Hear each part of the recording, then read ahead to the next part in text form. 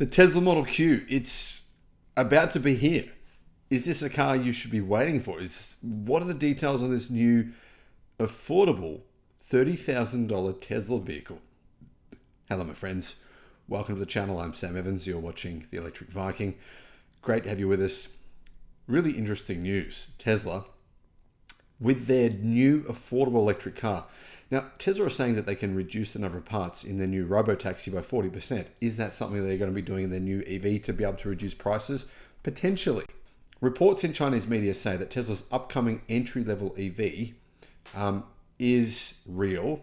And this is based on numerous reports coming from China. The Wall Street Journal has also shared information on this investor report. Reporter Becky Peterson shared on X details obtained in a Deutsche Bank report from the institution's Autonomous Driving Day on December 5, which was attended by Tesla's head of investor relations, Travis Axelrod. So it sounds like Tesla's head of investor relations, Travis, has told reporters news about the Model Q. According to Ms. Peterson, Deutsche Bank refers to the vehicle as the Model Q, and it will be built on Tesla's existing production lines. It'll be launched during the first half of 2025 with a price tag below $30,000, including subsidies. So I don't know exactly what that means. Sounds like it'll be around $30,000. Now, apparently the price will be pre-subsidy $37,500. Of course, if Donald Trump doesn't get rid of EV subsidies, which he probably will, if he doesn't, then that would bring the price down to $30,000. That means this is the cheapest EV Tesla has ever sold. The Model 3 starts at around about $42,000 in America, but here in Australia, it's only around $35,000. So Americans, take note. Model 3, the Chinese made Model 3 here in Australia is $35,000, which is, it equates to $54,850. Now, the price, of course, that you guys pay for the Model 3, which is better than our base Model 3 because you get it in the long-range, rear-wheel drive long-range version, you're paying $35,000 after the tax credit of $7,500. So that means that this new Model Q is significantly cheaper than the cheapest Model 3. Now, there's been some rumors about a car called Redwood, and people are thinking the Model Q is Redwood, but actually Redwood and the Model Q are distinct. They're two different projects. So apparently Ms. Peterson from this newspaper is saying the Model Q and Redwood are two distinct different vehicles. So what I believe is that, well, myself and Steve Mark Ryan were having a discussion about it in a video recently, is we believe that this new cheaper Tesla vehicle is really just a cut price version of the Model 3, cut price version of the Model Y, taking away some features. Model 3 and Model Y very, very highly spec'd.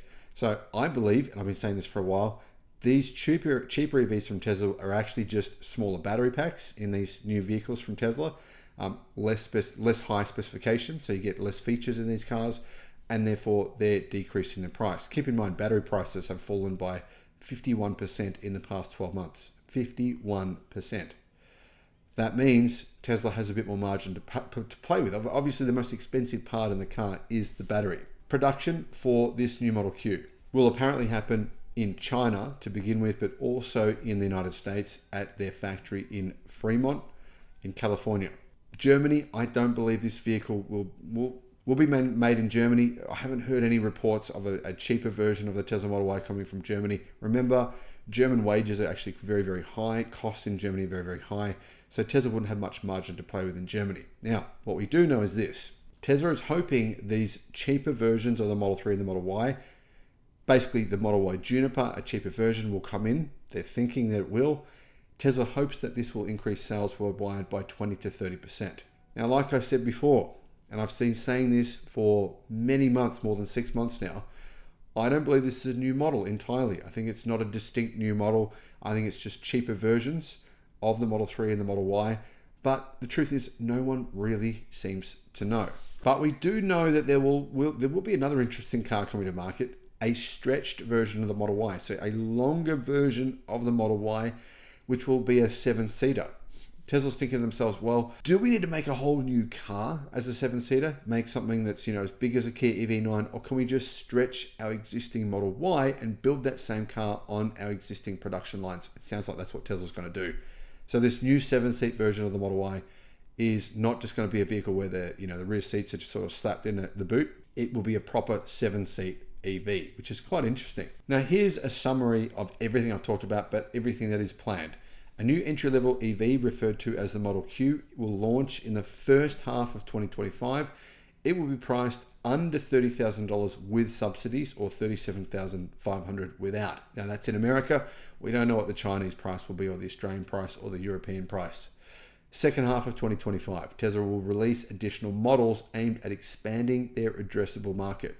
One of these is believed to be a 3-row long wheelbase version of the Model Y, which could be potentially exclusive to China, but it might not be. If there's a lot of demand outside of China, I mean, you know what Elon Musk is like. You tweet something to him, X something to him, put something on X, and he often will say, oh yeah, okay, sure, we'll do that. So you never know. It could be other countries as well.